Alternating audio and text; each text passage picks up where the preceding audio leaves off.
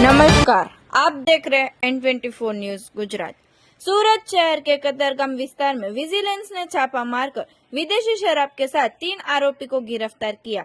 स्थानिक पुलिस सोती रही और विजिलेंस ने छापा मारकर सूरत में विदेशी और देशी शराब ज्यादा बेचा जा रहा है, जिसकी बात की विजिलेंस को पता चलते ही विजिलेंस ने कतरगाम के अंबाजी मोहल्ला प्रमुख स्वामी पुल के पास छापा मारा, जिसमें अंग्रेजी शराब की बोतल IMFL 495 कीमत रुपए 59,915, देशी शराब 460 लीटर कीमत रुपए 9,200 रुपए, कुल कीमत रुपए 69,115 के साथ नकद रुपए 1,22,840 पुलिस ने जब्त किया।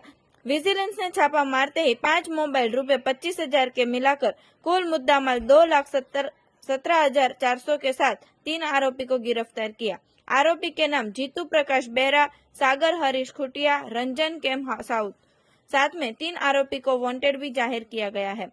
तुन्ना डॉक्टर पंडित मुख्य आरोपी, कार्तिक जोहम, यह तीनों आरोपी को वांटेड जाहिर किया गया है। देखते रहे N24 न्यूज गुजरात, सिर्फ हम तक ही नहीं सब तक।